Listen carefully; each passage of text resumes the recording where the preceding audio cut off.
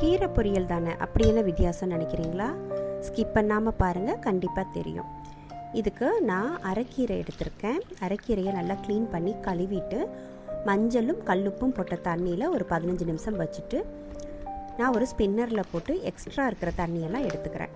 அப்படி இல்லைன்னா ஒரு காட்டன் கிளாத்தில் நல்லா உணர விட்டு, தண்ணி கொஞ்சம் கூட இருக்கக்கூடாது. கீரையில் தண்ணி இருந்ததுன்னா வதங்கும் போது கலர் மாறிடும். இப்போது சின்ன சின்னதாக கட் பண்ணி எடுத்துக்கிறேன். ஆரம்பத்தில் நான் தண்ணியோடு கட் பண்ணிவிட்டு கீரை பொரியல் பண்ணுவேன்.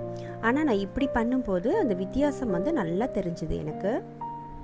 அதனால தான் நான் அதை உங்ககிட்ட ஷேர் பண்ணுறேன். இப்போது சின்ன வெங்காயம் தான் நான் அதுக்கு எடுத்திருக்கேன். அதையும் சின்ன சின்னதாக கட் பண்ணி எடுத்துக்கிறேன்.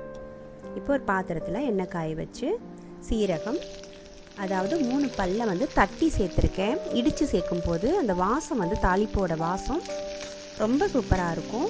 சின்ன வெங்காயம், காரத்துக்கு தேவையான காஞ்ச மிளகாய் சேர்த்துட்டு கீரையை போட்டு வதக்கி எடுத்துக்கலாம். பூண்டு ஃப்ளேவர் பிடிக்கலன்னா சின்ன வெங்காயத்தையே நல்லா இடிச்சிட்டு சேர்த்து பாருங்கள். அந்த கீரை பொரியலோட மனம் ரொம்ப சூப்பராக இருக்கும். இப்போது நான் இப்படியே வதக்கி எடுத்துக்கிறேன், தண்ணி சேர்க்கலை. உங்களுக்கு தண்ணி வேணும், கீரை வேகாத மாதிரி இருக்கும் அப்படின்னு நினச்சிங்கன்னா கொஞ்சம் தொளிச்சு விட்டுக்கோங்க. தண்ணி ஊற்ற வேண்டாம்.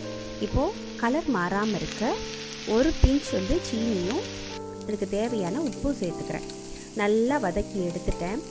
நீங்கள் இது கூட சாதத்தை கூட பிரட்டி எடுத்தால் கீரை சாதம் ரொம்ப சூப்பராக இருக்கும். இந்த கீரை பொரியல் எல்லா கீரை பொரியல் மாதிரி இருக்காது, இது கொஞ்சம் டிஃப்ரெண்ட்டாக இருக்கும். இப்போது தேங்காவை சேர்த்துட்டு நல்லா பிரட்டி எடுத்துட்டா நம்ம கீரை பொரியல் ரெடி ஆயிடுச்சு.